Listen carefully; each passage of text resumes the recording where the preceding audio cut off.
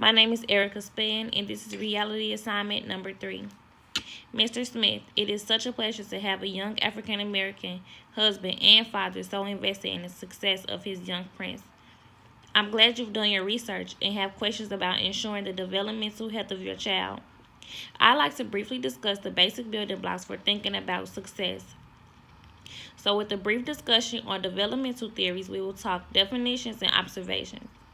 To begin our discussion, let's look at social learning, cognitive development, and information processing. Social learning theories describe that new behaviors can be acquired through observation and imitation. Observations of this theory are stimulus response and rely on direct experience. Modeling is significant in this theory, coupled with cognitive processes. And some behavior is learned from the baby's environment, and learning is by watching and trying to repeat. Cognitive development is John Piaget's idea that children gradually become able to think logically based on thinking and memory processes. A sequence of thinking patterns. There are 4 key points. Sequences happen in the same order. No skipping stages. Each stage is as significant as the one before, and each stage builds upon the one before it. This theory is sometimes called the staircase model, formerly sensorimotor, proportional thinking, concrete thinking, and formal operational thinking.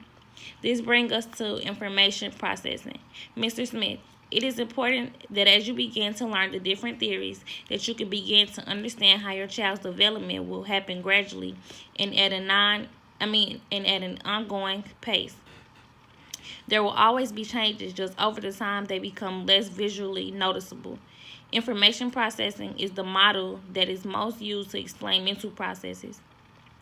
Mr. Smith, I think it's an excellent idea to gain these understandings of the theories, as it will provide your family with benchmarks to monitor in the growth of your child.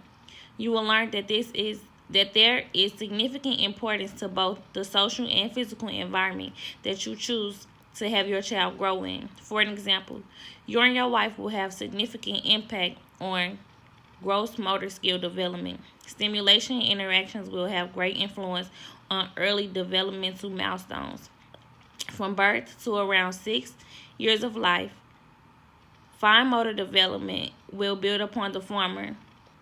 Motor skills will become more complex. For an example, crawling, standing, stepping, and lastly walking. In fact, walking becomes running, provided the social or environmental interactions that will no doubt take place.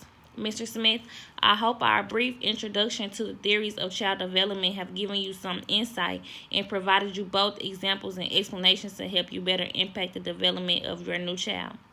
Thank you. This concludes my reality assignment 3.